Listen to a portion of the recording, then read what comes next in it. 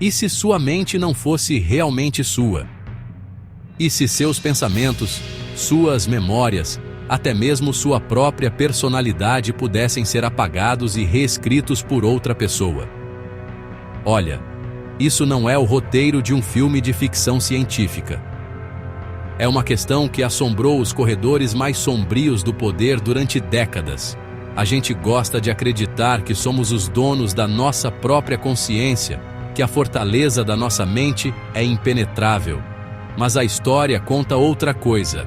Ela sussurra uma narrativa arrepiante sobre uma época em que o governo mais poderoso do planeta decidiu buscar a chave para destravar e controlar a mente humana. É a história de um experimento tão secreto, tão antiético, que seu nome virou sinônimo de abuso de poder.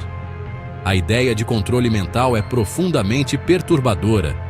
Ela desafia tudo aquilo que entendemos sobre o que significa ser humano, ter livre-arbítrio, ser um indivíduo.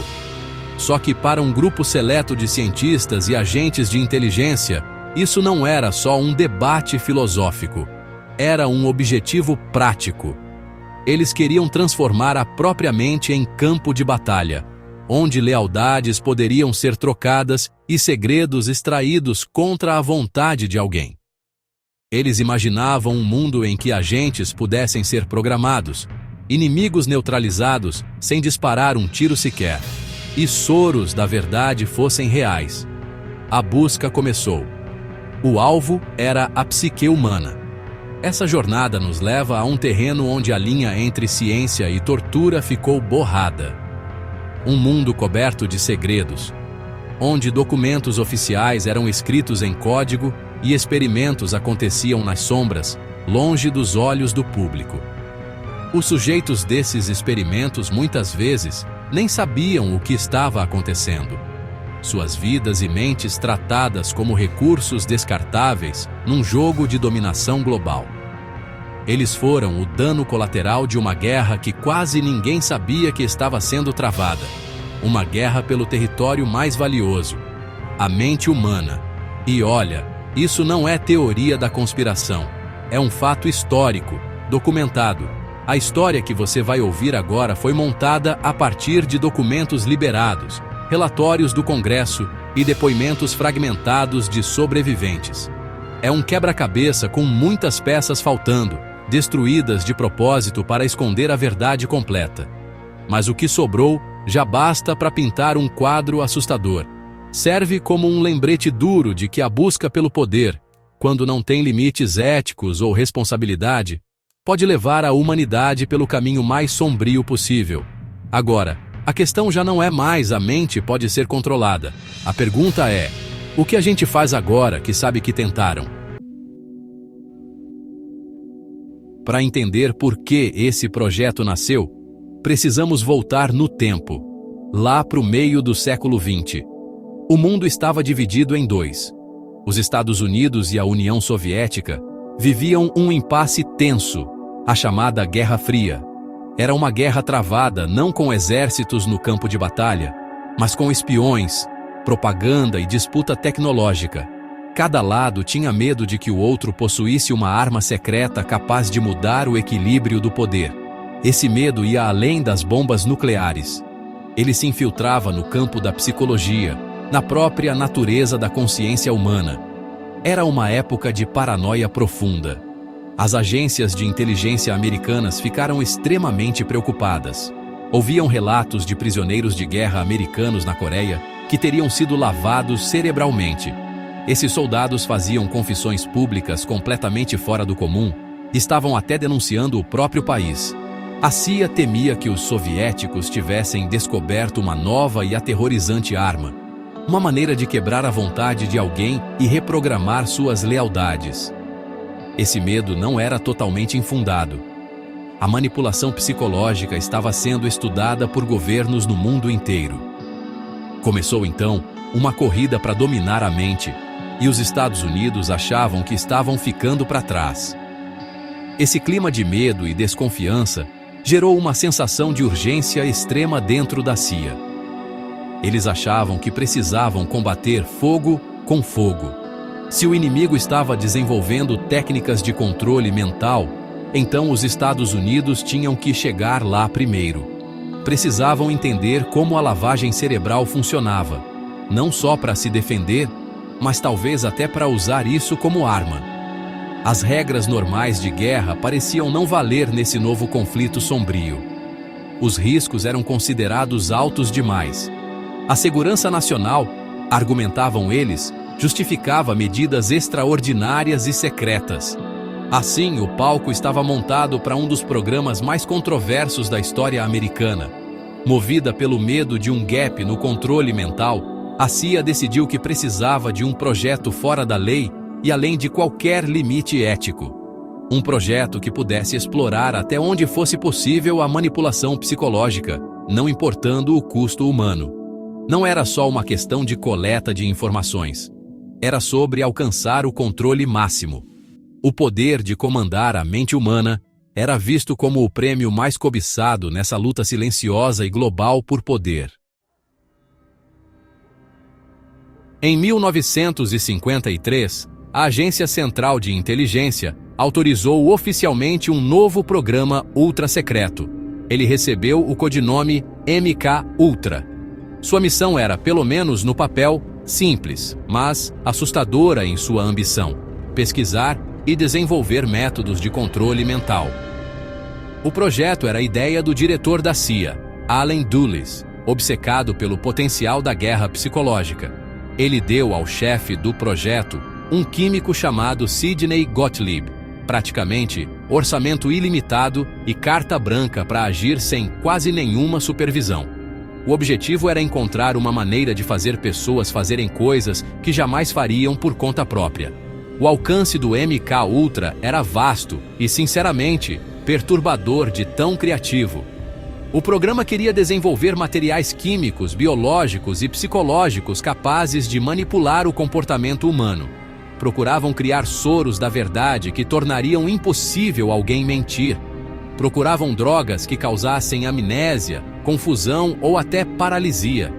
Chegaram a explorar a ideia de criar assassinos programáveis, os chamados candidatos da Manchúria, pessoas que poderiam ser acionadas para cumprir uma missão sem lembrar de nada depois.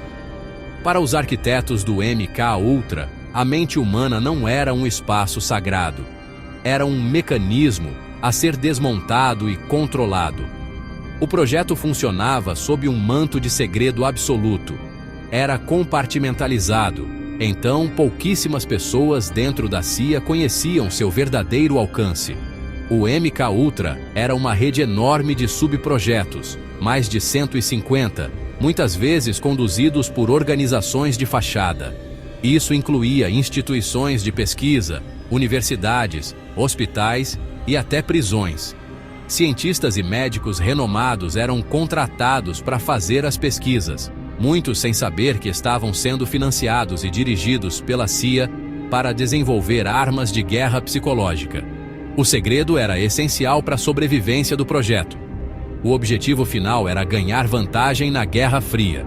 A CIA imaginava um mundo onde espiões soviéticos pudessem ser transformados em agentes duplos, onde líderes estrangeiros poderiam ser desmoralizados ou controlados, e onde qualquer prisioneiro poderia ser forçado a revelar informações.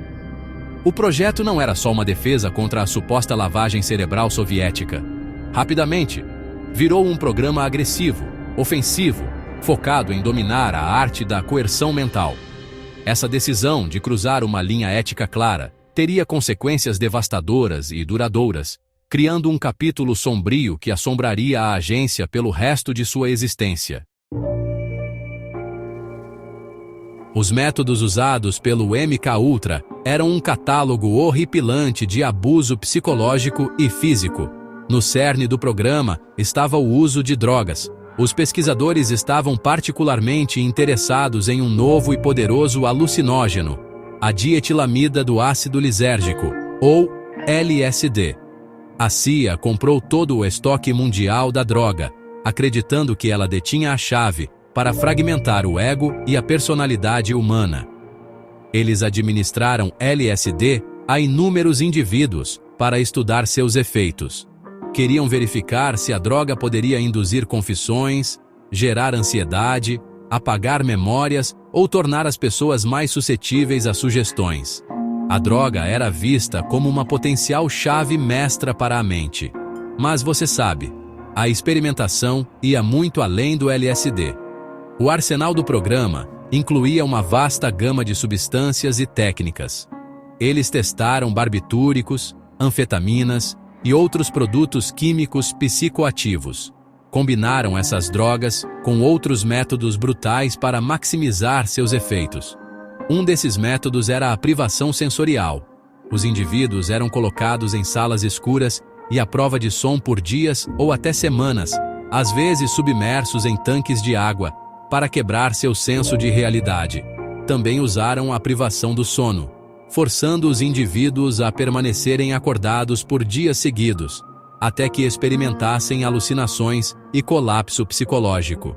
A manipulação psicológica era outro componente central. Pesquisadores do MKUltra empregaram hipnose, abuso verbal e humilhação sexual como ferramentas para quebrar as defesas mentais de uma pessoa. Eles gravavam pessoas em situações comprometedoras para usar como chantagem. Em alguns subprojetos, exploraram o uso da terapia de eletrochoque, não para fins terapêuticos, mas para verificar se ela poderia induzir amnésia ou alterar o comportamento. Todo o programa baseava-se em uma premissa simples e brutal: que trauma suficiente poderia estilhaçar a mente humana, permitindo que ela fosse remontada em uma nova forma escolhida pelo experimentador. Esta não era ciência controlada e ética. Era uma série de experimentos imprudentes e perigosos conduzidos em seres humanos.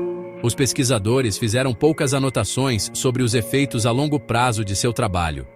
O foco deles era singular: encontrar o que funcionava. Eles não estavam tentando curar pessoas, estavam tentando quebrá-las. A combinação de drogas poderosas, intensa privação sensorial e de sono, e implacável tormento psicológico formou o sombrio arsenal do MKUltra. Era um arsenal projetado não para matar o corpo, mas para conquistar a mente.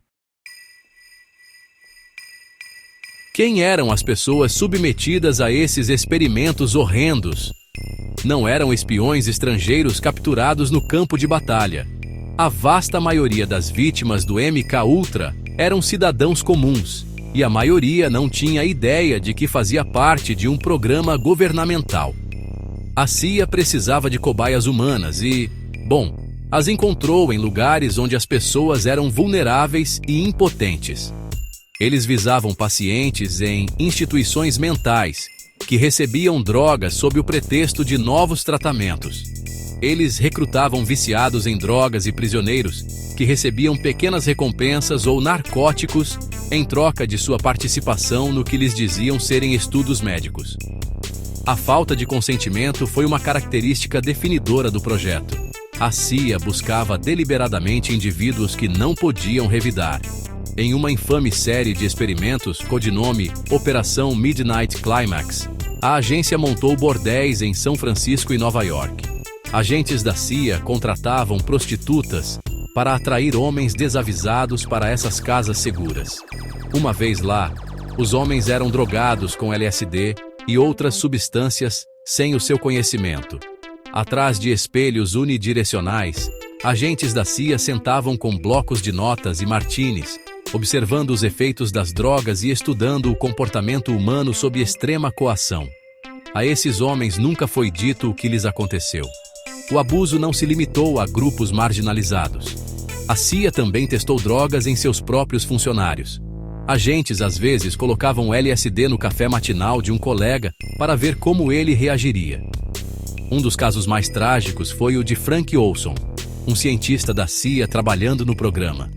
Em 1953, ele foi secretamente drogado com LSD em um retiro de trabalho. 9 dias depois, após sofrer um grave colapso psicológico, ele caiu para a morte de uma janela de hotel em Nova York. Sua família foi informada de que foi um suicídio. A verdade sobre a drogagem só viria à tona 22 anos depois. Estes não foram incidentes isolados. Eles faziam parte de um padrão sistemático de abuso, conduzido sob a bandeira da segurança nacional. As vítimas do MKUltra vieram de todas as esferas da vida, mas compartilhavam uma coisa em comum: seus direitos, sua segurança e sua humanidade foram considerados irrelevantes. Eles eram vistos como nada mais do que cobaias, ferramentas descartáveis na busca da CIA por conhecimento e poder. Suas histórias representam o profundo custo humano de um programa que operou sem consciência, deixando um rastro de vidas destruídas e mentes despedaçadas em seu caminho. Por mais de 2 décadas, o MKUltra operou na completa escuridão. Mas sabe, segredos tão sombrios raramente permanecem enterrados para sempre. Em meados dos anos 70, o clima político na América começou a mudar. Após o escândalo de Watergate, jornalistas investigativos e comitês do Congresso começaram a perscrutar as atividades das agências de inteligência da nação. Uma reportagem de 1974, no The New York Times, do jornalista Seymour Hersh, alegava a atividade ilegal generalizada pela CIA, incluindo espionagem de cidadãos americanos. Essa reportagem explosiva abriu as comportas e desencadeou investigações oficiais sobre a conduta da agência. Diante das investigações iminentes, o então diretor da CIA, Richard Helms, tomou uma decisão fatídica em 1973. Ele ordenou que todos os documentos relacionados ao projeto MKUltra fossem destruídos. Foi uma tentativa desesperada de apagar a história, de garantir que a extensão total do programa nunca fosse conhecida. A vasta maioria dos arquivos foi permanentemente perdida. No entanto, o acobertamento não foi perfeito. Um erro administrativo resultou em cerca de 20.000 páginas de registros financeiros sendo mal arquivadas e salvas. Esses documentos sobreviventes, embora incompletos, forneceram a primeira evidência concreta da existência do projeto e de sua chocante abrangência. Em 1975, o Comitê Church no Senado e a Comissão Rockefeller, nomeada pelo presidente, lançaram investigações em larga escala sobre a CIA. Suas audiências trouxeram os horrores do MKUltra para o centro das atenções públicas pela primeira vez. Os documentos sobreviventes e o depoimento de ex-funcionários da CIA pintaram um quadro arrepiante de testes de drogas, tortura psicológica e experimentos em cidadãos sem o seu consentimento. O público americano ficou chocado ao saber o que havia sido feito em seu nome. O depoimento das vítimas e de suas famílias, incluindo a família de Frank Olson, revelou o impacto humano devastador do programa. As revelações foram um golpe profundo para a reputação da CIA e para a confiança do público em seu governo. A agência que deveria proteger a nação havia, em vez disso, atacado seus próprios cidadãos. As audiências expuseram uma operação desonesta que agiu acima da lei e sem qualquer bússola moral. Embora as investigações tenham trazido alguma medida de verdade à tona, elas também destacaram o quanto permaneceria desconhecido para sempre por causa dos arquivos destruídos. A história do MKUltra agora era pública, mas era uma história cheia de lacunas, deixando para trás um legado de suspeita e perguntas sem resposta. O fim oficial do MKUltra não encerrou sua história. Seu legado é uma longa e sombria sombra que se estende até os dias atuais. Para as vítimas e suas famílias, as consequências foram traumas vitalícios, danos psicológicos e uma dolorosa busca por respostas que, em muitos casos, jamais viriam. Como tantos registros foram destruídos, inúmeros indivíduos que podem ter sido submetidos a experimentos nunca saberão ao certo. Essa incerteza é uma forma de tortura em si, um fantasma do programa que continua a assombrá-los. O governo ofereceu pouca desculpa ou compensação, deixando a maioria a sofrer em silêncio. As consequências éticas e científicas foram imensas. O projeto demonstrou uma falha catastrófica de supervisão e um completo desrespeito pelos princípios da ética médica, como o consentimento informado. Isso manchou a reputação das instituições científicas legítimas e pesquisadores que foram enganados a participar. O MKUltra tornou-se um poderoso estudo de caso de como a busca pela segurança nacional pode ser usada para justificar ações monstruosas. Forçou uma conversa nacional sobre os limites do poder governamental e a necessidade de fortes mecanismos de controle e equilíbrio sobre as agências de inteligência, levando a novas leis e comitês de supervisão. No entanto, apesar das reformas, o espectro do MKUltra perdura. A destruição deliberada de registros alimentou décadas de teorias da conspiração. O que havia nesses arquivos destruídos? O programa realmente terminou nos anos 70 ou simplesmente evoluiu, continuando sob um nome diferente, em uma camada ainda mais profunda de sigilo? Essas perguntas não são facilmente descartadas.